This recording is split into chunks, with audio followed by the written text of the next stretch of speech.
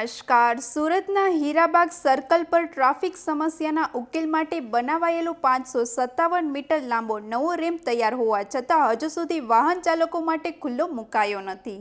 મોટા નેતાના ઉદ્ઘાટનની રાહમાં અધિકારીઓએ બ્રિજ પર સિમેન્ટના બ્લોક મૂકી રસ્તો બંધ કરી દીધો.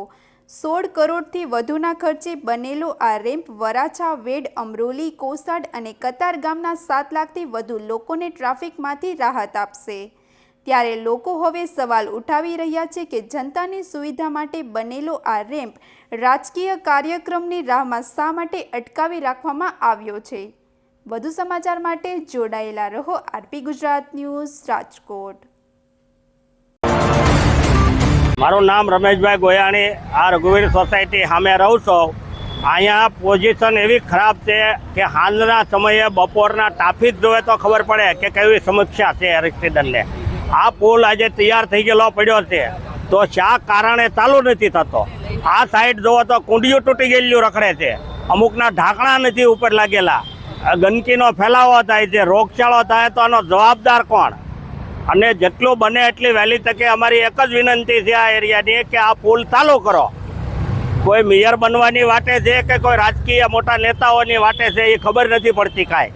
આજે પ્રજા અહીંયા કેટલી દુઃખી થાય છે એ કોઈ જોતું જ નથી. જગદીશભાઈ, બ્રિજ તો ઓલરેડી તૈયાર થઈ ગયેલો છે, પણ આ લોકો ઉદ્ઘાટનની રાહ જોઈ રહ્યા છે. મને નથી લાગતું 1 મહિના સુધી ઓપનિંગ થઈ શકે, પણ જો નહીં થાય તો આવનારા સમયની અંદર પબ્લિક પોતાની જાતે જ ઓપનિંગ કરી દે. કારણ કે અહીંયા ટ્રાફિકની એટલી ભયંકર સમસ્યા છે તેની વાત જવા દે. 1 કલાક સુધી અહીંયા પોઈન્ટમાં જામ થઈ જવું પડે છે. બીજા નંબરમાં રસ્તાઓ ખોદેલા છે, આ સાઈડનો રસ્તો બી બનાવેલો નથી, એના કારણે ખાડા ખરબચના લોકો પડી જાય છે, અકસ્માત થાય છે. તો એની જવાબદારી કોની? લોકોની સુખાકારી માટે બનાવ્યો છે તો એને ખુલ્લો મૂકવામાં શું વાંધો છે? એને કયા નેતાની રાહ જોઈ રહ્યા છે કે એ આવે તો જ અમે ઓપનિંગ કરી શકીએ?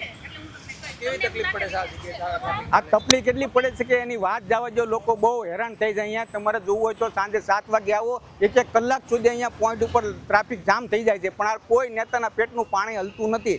જ્યારે મત લેવું હોય ત્યારે આવી જાય છે, ફોટા સેશનમાં આવી જાય છે, અમે આમ કર્યું તેમ કર્યું. જ્યારે બની ગયું ત્યાર પછી એને કોઈ ચાલુ કરવા માટે કોઈ આવવામાં તૈયાર નથી.